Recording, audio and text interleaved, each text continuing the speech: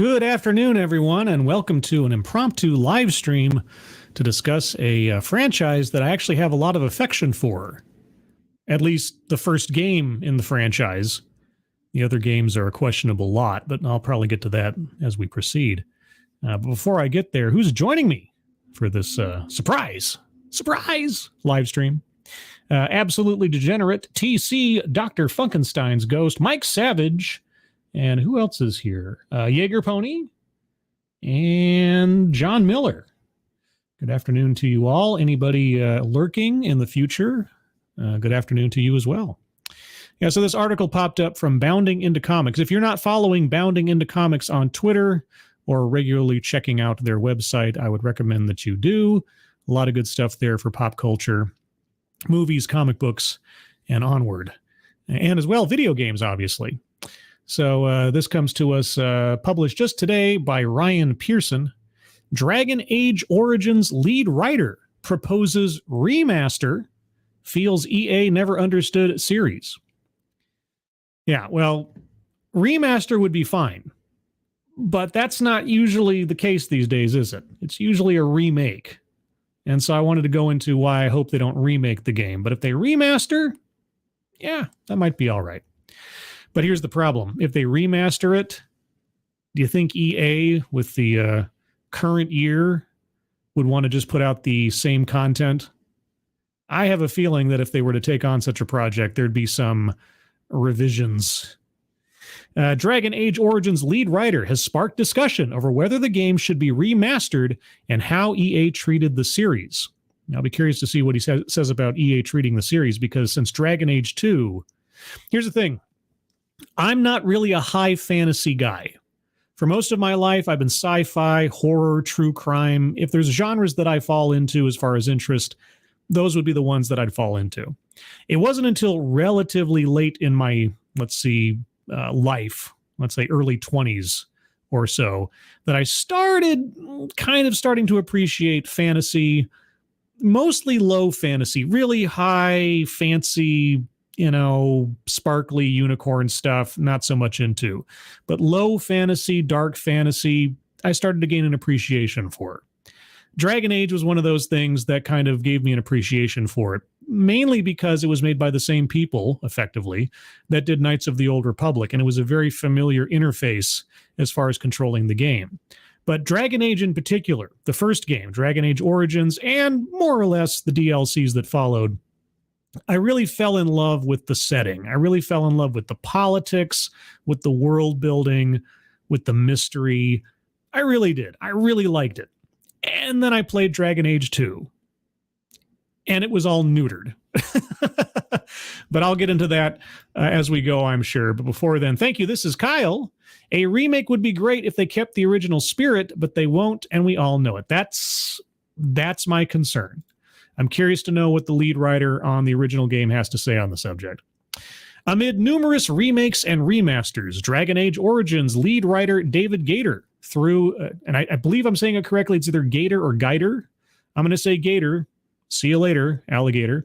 Threw his proposal into the ring. Quote, if we're on a kick remastering games from the aughts, what about Dragon Age Origins? Its graphics were behind the curve even at the time of release. Can you imagine it with brand new PS5 era bells and whistles? I could imagine quite a bit, as Han Solo said. Gator even replied to some users discussing the validity and likelihood of a remaster. Quote, dude, I don't know if that game could carry any more bells and whistles, praised at Handslip. It was already a double-wide kitchen bathtub of systems and content. Quote, even Inquisition-level graphics would be great, Gator relented. Look, all I want is for Morrigan to not have the shoulders of a linebacker and for the sex scenes to not look like someone bashing marionettes together and shouting, now kiss. Okay, I'll grant you that, although, suspension of disbelief and imagination helped quite a bit in that old game. At Samuel E. Periso, highlighted that there shouldn't be a need for a new Dragon Age Origins remaster. Quote, by the way, Origins still works on modern PCs with a few fixes from 15-year-old forums. I tried to launch Jade Empire yesterday, and I could not because of DLL issues. Even before discussing remakes, it would be nice to count on basic support to make Make sire, I think it means make sure you can run the games. Quote, I guess, question mark. It's a question for the publisher, although one has to wonder how long they're expected to continue to support an old game, Gator argues. There are, Dragon Age Origins, if you download it now off of Steam for like whatever it is now, like $10 or something, or you get it on a Steam sale for like $5, you get the Ultimate Edition. And then you go on to like Nexus mods, or you look up like what are the best mods for Dragon Age. There's a couple out there that make it way better now. There's inventory management mods, and there's a mod that allows you to walk a little faster throughout the game, so you're not like slowly plodding through things. And there's some balancing issues that take place. These wouldn't be huge things for EA to undertake on their own, or to simply adopt the publicly available mods as part of the regular package and make the game way better than it was and fix a whole bunch of bugs and issues and things. You wouldn't have to add any new content necessarily. You just sort of like, refurbish what's already there. But would EA do that?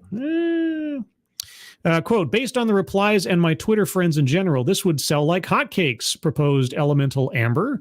Gator then explained what the main linchpin is on whether a Dragon Age Origins remaster would happen. Quote, I suspect EA would only do it if they thought it would sell like gold-plated hotcakes. They've never really gotten Dragon Age or understood why it sold better than Mass Effect, was my impression. Excuse me, Gator explained. Oh yeah, after the first game, they really didn't get what Dragon Age was about. Quote, I was always confused as to why they tried to make it more like Mass Effect, more action-oriented, dialogue wheel, voice protagonist with less lines, if it sold better and was more critically acclaimed.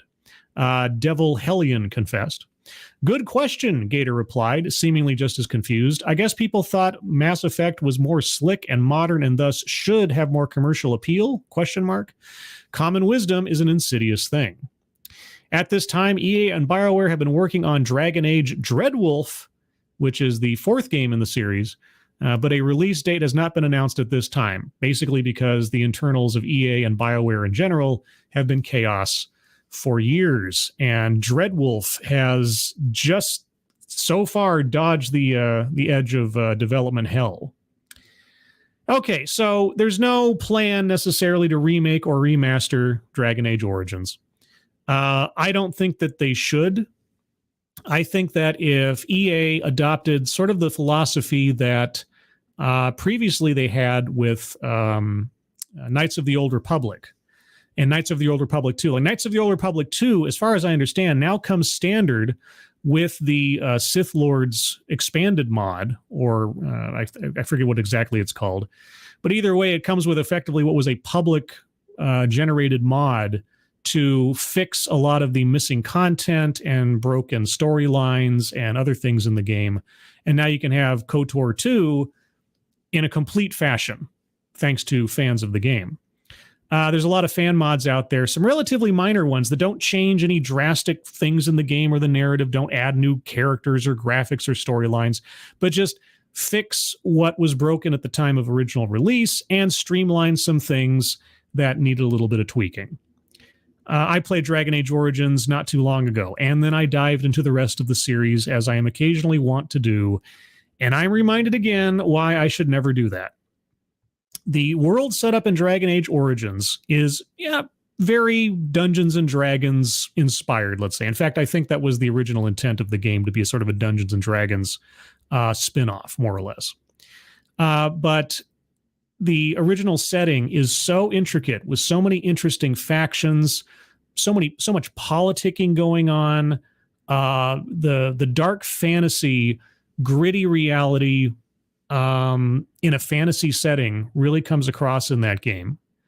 And then they screw everything up. And I'm gonna talk at least briefly about where I think, not the only problem, but one of the fundamental problems with the sequels lies. And that is in the lack of prelude. One of the wonderful things about Dragon Age Origins is that when you pick your race and you pick your class, you are given an origin story, a prelude story prior to the main events of the game that establish your character within one of the premier factions of the world. Either you're with the elves, but you're a Dalish elf, or a city elf. because those two distinctions are important. You're either a mage who's in the circled tower, or you're one of the aristocracy. As a human, or, well, as a human at least, you can be an elf and a mage as well. Or with the dwarves, you're either royalty or you're a commoner. So from the get-go, in immersing yourself as your own character in the world, you're coming at it from the perspective of one of the areas of the world that are fairly cloistered. Like city elves are, requisitioned to these little ghettos called alienages. And then Dalish elves, they're kind of exiled. They've self-exiled off in the forest somewhere. Mages are a very cloistered society with a lot of secrets and a lot of politicking going on, and so on.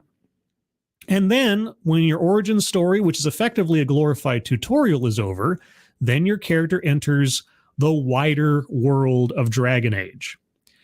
And once you've had that prelude, once you've had that preamble, it gives you a sense of who your unique character is as compared to any other character. So, for example, one of my favorite origin stories in Dragon Age Origins is the city elf. City elves live, obviously, in the city.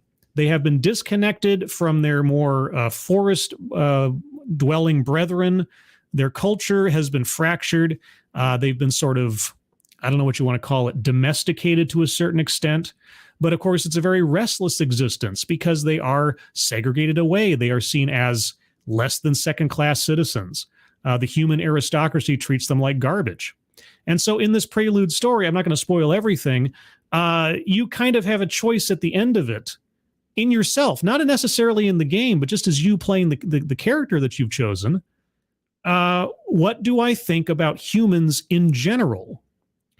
And you can carry that notion forward as you have interactions with different NPCs throughout the game. And not necessarily interactions that are tailored specific to your race and class, but just general interactions. So like if you're encountering a human NPC, depending on the results of your prelude, you might decide that, well, this is the way things went about and hashed out in that prelude. This is how I'm going to interact with this character, not because of the character, but because of what they are or what they represent.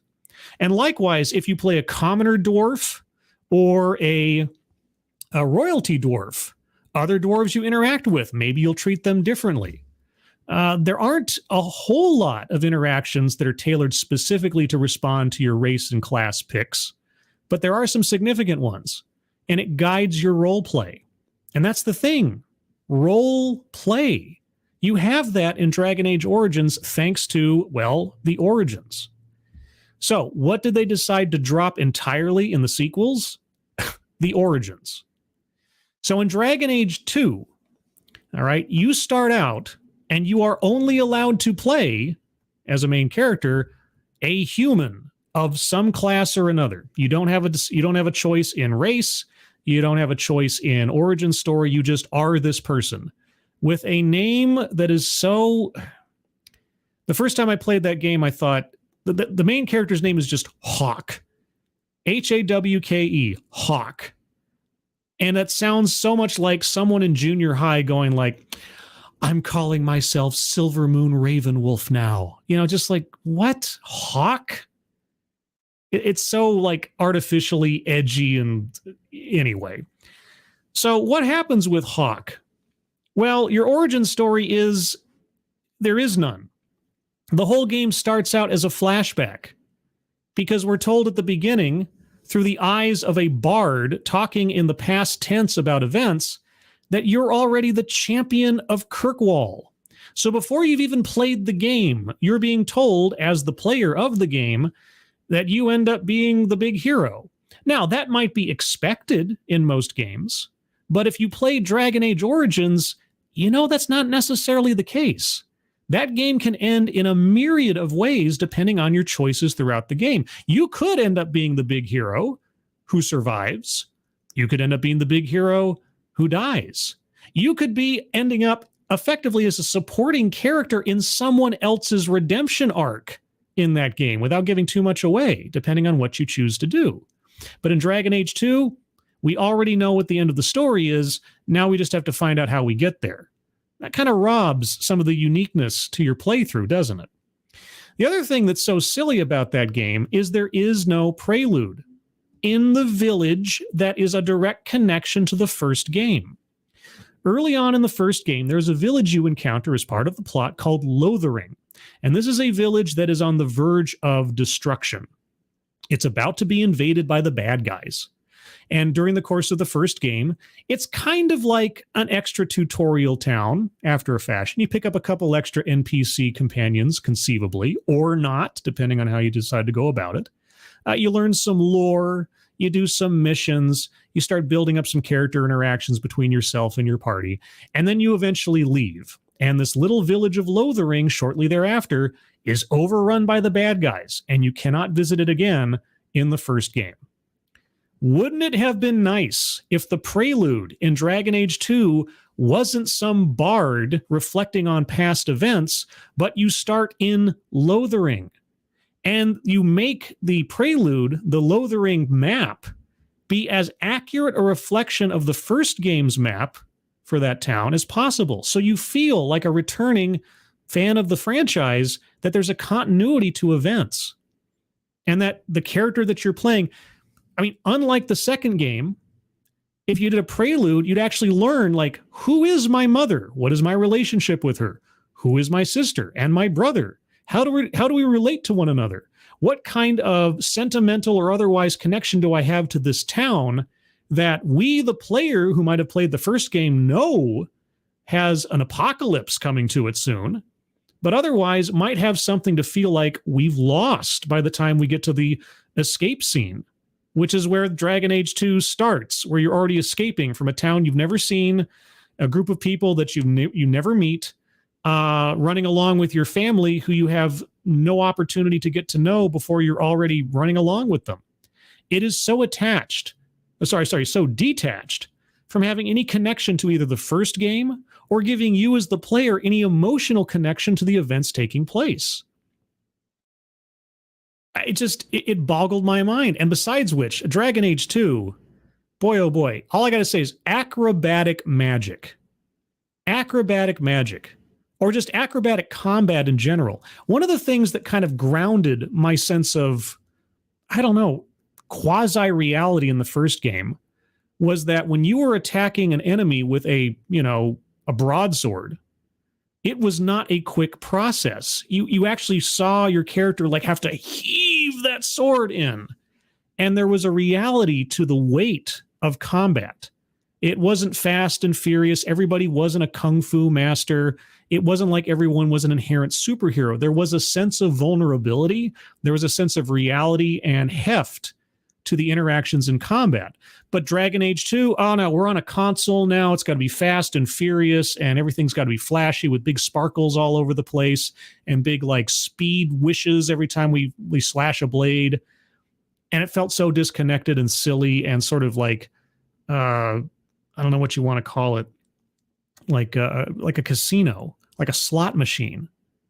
There was no sense of strategy. There was no sense of, okay, well, it takes this long for somebody to cast a spell. It was just wave your magic wand and giant bolt comes out.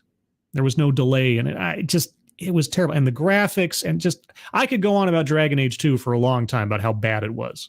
But mostly in detaching the player from the character and just detaching your sense of your place in the world. Then you get to Dragon Age Inquisition. And again, there is no preamble. There is no origin story. The most that you get is a small paragraph of text ahead of starting the game, depending on which race and or class you conceivably picked. And then you're just dropped in.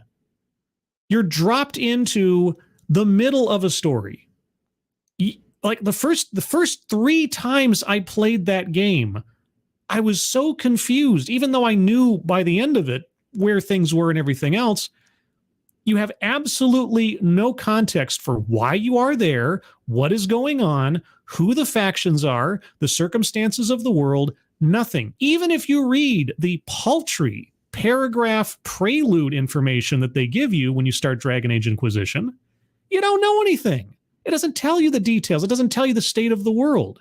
Why couldn't there have been a tutorial section or something at the beginning where you and whatever faction you've allied yourself to, whether you're an elf or you're a human, you're a mage, you're a dwarf, why couldn't there be a tutorial section where you are going to the conclave? I'm not going to go through the entire plot, but going to the conclave, learning from your companions on the way who you are, what your place in this is, how important you are to it, etc. Having some kind of understanding of the events that have occurred since the last game till now, in summary or otherwise. Or maybe even have a conversation with someone that sets certain world states akin to KOTOR 2 when you go up to Atten Rand in the beginning and start discussing with him the recent history of the Star Wars universe, and he either corrects you on whether Revan was a man or a woman, whether Revan lived or died, that kind of thing. EA came up with this whole separate, go to a website and set your world state and answer a whole bunch of questions that look like the SATs or something to try to figure out where do you want your game to start based on your last playthrough or whatever. Sometimes you can successfully load an old saved game to see if it works, but that's been kind of twitchy in my experience. But instead, you are dropped into the middle of events. You have no context for where you are. And besides that, your race and your class have practically no effect on the story, except in very minor ways and some slight mechanical ways, depending on which level you're at or which area you go to. Some NPC interactions reflect like I'm an elf versus a dwarf, or I'm a mage versus a noble or something, but they're so minute, they're practically inconsequential. And the game goes exactly the same way no matter what you do. And that's what's been lost since Dragon Age Origins, is that sense of choice, is that sense of customization, in that sense that this character is my character. And I'm not just following along with a pre-planned story. Obviously, there's only so many ways a game can go, right? It's not real life. But again, in Dragon Age Origins, the ending was not predetermined, and your origin was not predetermined. You got to choose a lot of that, and there was a variety. And besides which, it was so much more interesting on multiple playthroughs of Dragon Age Origins by trying out different classes with different origin stories, because there is a lot of extra lore that you can learn about the different factions and the different forces at work in that world by starting out as a different character in a different situation. And over the course of multiple playthroughs, you can have a greater appreciation for that world, having gone through it through the eyes of different characters from different starting points. None of that is present in Dragon Age 2. None of that is present in Dragon Age Inquisition, in my opinion. And while Dragon Age Inquisition might look better, it still feels so detached. The open world format, a lot of people have gone on about the busy quests, how the maps are so gigantic, you get lost in them and bored. One of the worst things you can do, and I noticed this as I played through these games, is forgetting why you're there, right? You have a game that's so cluttered with different plot lines or missions or quests or something that you entirely forget, like, where am I going and what am I doing again? What's my purpose? What am I after? Dragon Age Inquisition was the worst of those three because of just the size of it and how many side quests and fetch quests and everything there were. Thank you again. This is Kyle. From what I've heard, apparently the lead writer for Dragon Age 2 doesn't even like video games, so that would explain some things about that game. I could believe it, but then, I can't blame anybody for like getting a writing job and having EA or whoever else decide to put it through the grinder of their decisions to try to get it out on time. I mean, Dragon Age Origins, in relative terms, is a masterpiece. As far as video games that I love playing, I'd put it up there with KOTOR 1 and 2, which I still think are some of the best computer role-playing games ever made, for the most part. Others may argue Baldur's Gate and so on, and obviously, like Fallout 1 and 2 and so on.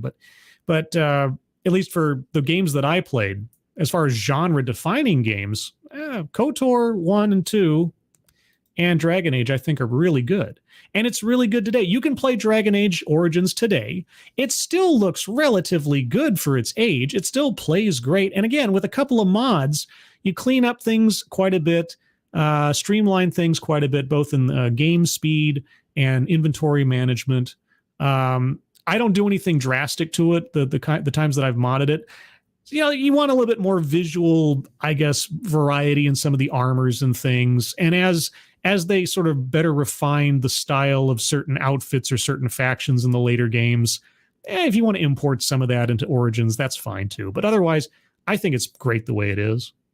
And it's just such a shame that the franchise has, as far as I'm concerned, degraded sequel after sequel.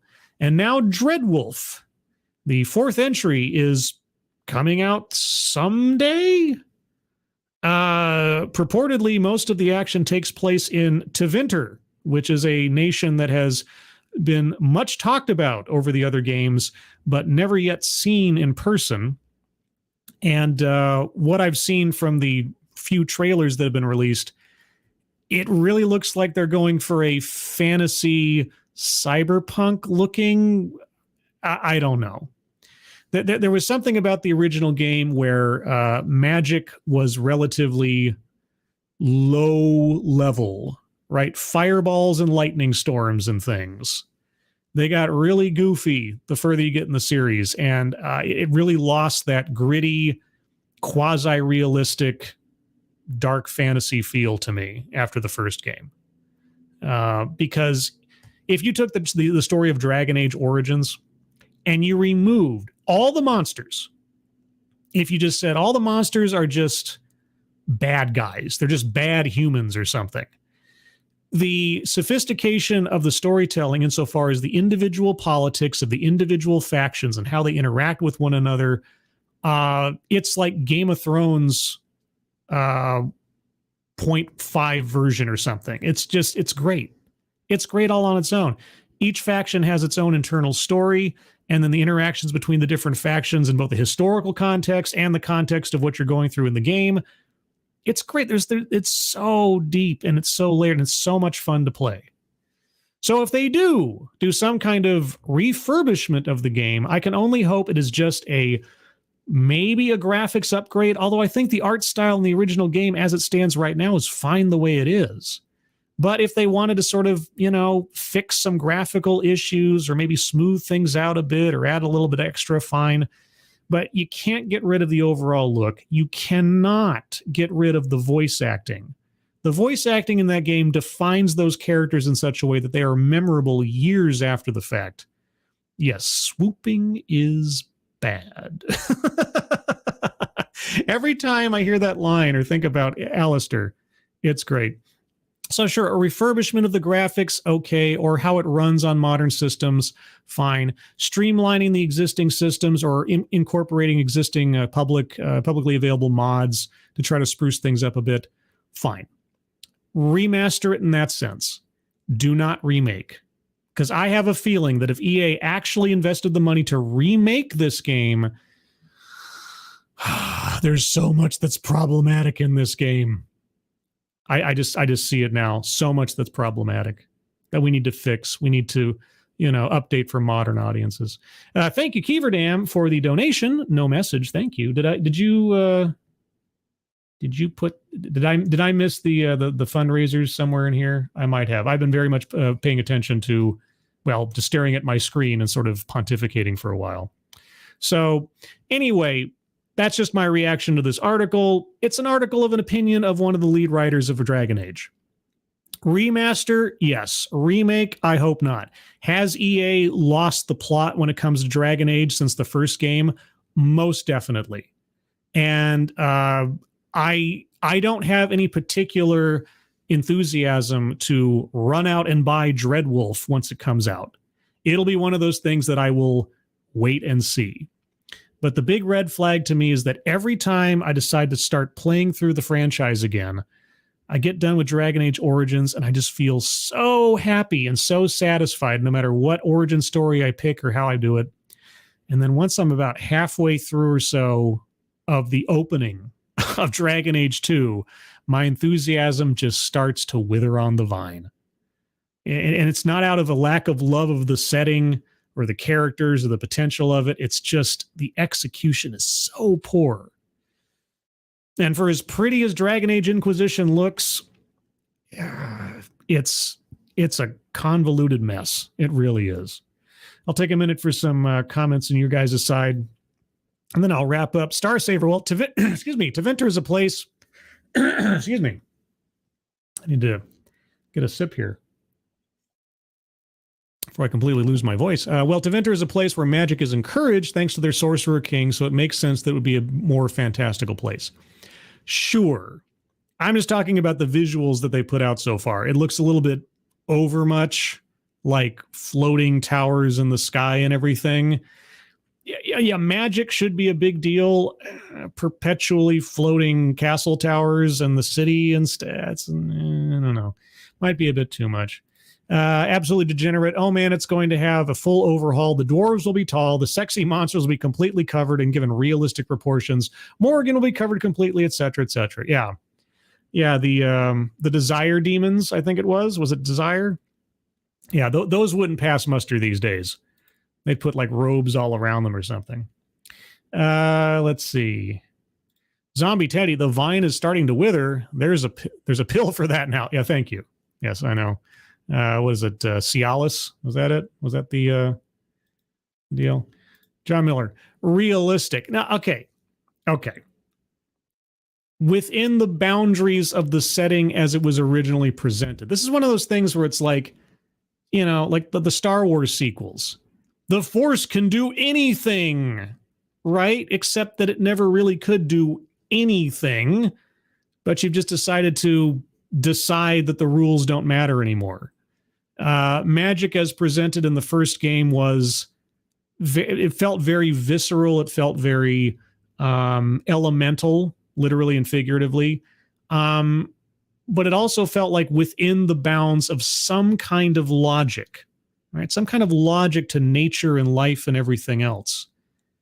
Just perpetually floating towers and it's magic. It's just, anti-gravity. I don't know. There's just something, I don't know where that line is, but Dragon Age Origins set a line and the later games, as far as I'm concerned, crossed it.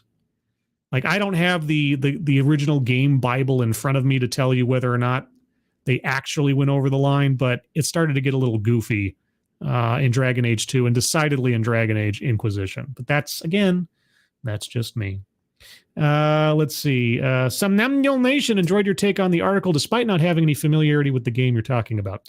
I cannot more highly recommend Dragon Age Origins, even if you're not a high fantasy person.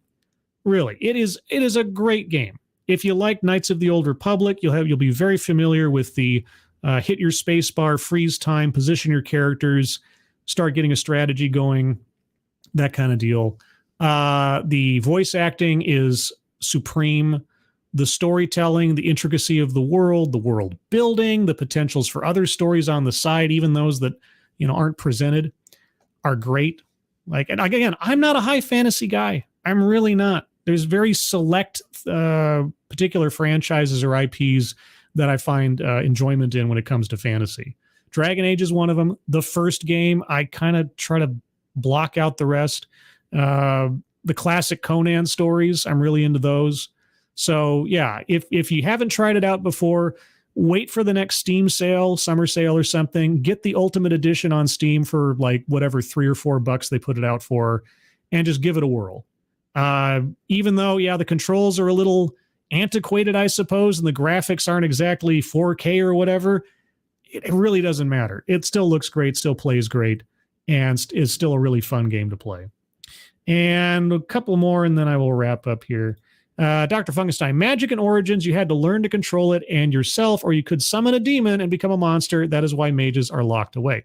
Yeah, again, the politics and the logic behind magic and how humans interact with it and how it's dangerous in one hand or revered in another, depending on what part of the world you're in. Yeah, there's a whole bunch of layers there that make the role-playing experience more interesting than the later games. And if you can get your hands on the actual tabletop role-playing game, it's still pretty good. Even though it incorporates elements from the later games, you don't have to worry about all the intricacies. You can just take the lore and work with it as you can. I believe I asked this question of via a live stream. I asked if there was a possibility that the tabletop role-playing game would have a new edition or be republished or re-released at the advent of the next video game being released, Dreadwolf. And the answer I got was a decided can't comment, which is a really good maybe. You might be able to find a copy for sale at a used bookstore. You might be able to buy it off on PDF form off of drivethroroleplay.com. I'm not quite sure, maybe. And John Miller, I've been burned too many times on most, if not all, remasters. They change too much instead of just fix and re-release the damn product. If they ever did it, I would wait for a review before I even touched it. If I even thought I needed to touch it, because honestly, the one that's available right now, the Ultimate Edition, is fine the way it is. Even if you don't get any mods, it's still fine. It's still great. A couple of mods, if you're sophisticated enough to know what needs to be streamlined, if you look up like an article that says, here are the best mods for Dragon Age to make your game experience better, there's a couple out there that are worthwhile. But otherwise, lastly, Dax Orion. Dax, who actually it's his fault that I'm deciding to do this because he was like, I bet you could make a whole hour out of discussing Dragon Age. Well, at least half an hour, a little plus. Scribelight, a reminiscence stream of the first game in Awakening would be amazing. Just if I'm not invited, try to wait until the weekend so I can view it live. LOL. Well, I don't usually cover video game stuff all that often, and I've kind of given my rant on the overall IP. If I talk about Dragon Age again, we'll see. I don't know. Maybe for a Sunday stream if I'm feeling like I can't think of anything else to talk about. But I just saw this article and the idea of it, and I have so many thoughts about the franchise as it's evolved over the years. I just thought I'd do a little catharsis. But with that, everybody, I'm going to call it here. Thank you so much for joining me for this impromptu ambush stream on a Tuesday. A couple of notes ahead of time. TED Excellence, as usual, will take place Thursday night, 6 p.m. Pacific, 9 p.m. Eastern on this channel. I think I've already identified which one I'm going to go after because of some very recent current events in some business areas. I won't say much more on that unless I decide to change my mind. Secondly, I have a new article up on my Substack that some of you may or may not find interesting, or people that might find interesting. My Substack is free of charge. Link is in the description if you're curious about that. And surprisingly enough, I also have a Discord now.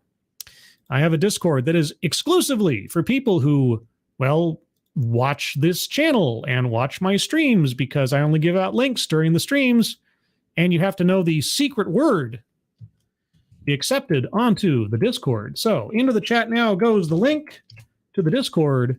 And if the channel you land on through that Discord link is just the sort of say hello channel. And if I or one of my mods do not recognize your nickname offhand as a regular, all you have to say into the chat to verify that you've been watching the stream is the secret word Blood Mage. There you go, Blood Mage. If you say Blood Mage into the channel there, I and the others will know that you've been watching this stream, and you'll be elevated to access to all the other exciting channels on my Discord.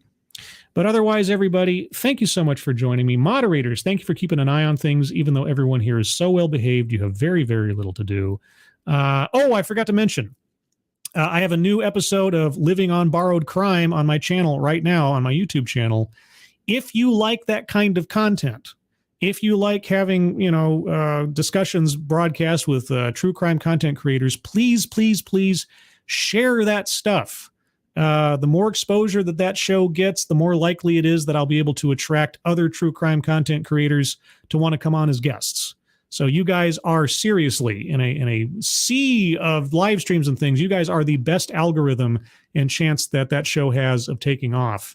Hopefully, fingers crossed. So thank you so much for that. Everybody who donated, thank you so much for your generosity. I really do appreciate it. Hope you all have a good rest of your Tuesday, a rest of your week. I hope you are all safe and well. If you are not well, please get well soon, and I'll see you on the next one. Take care. Bye-bye.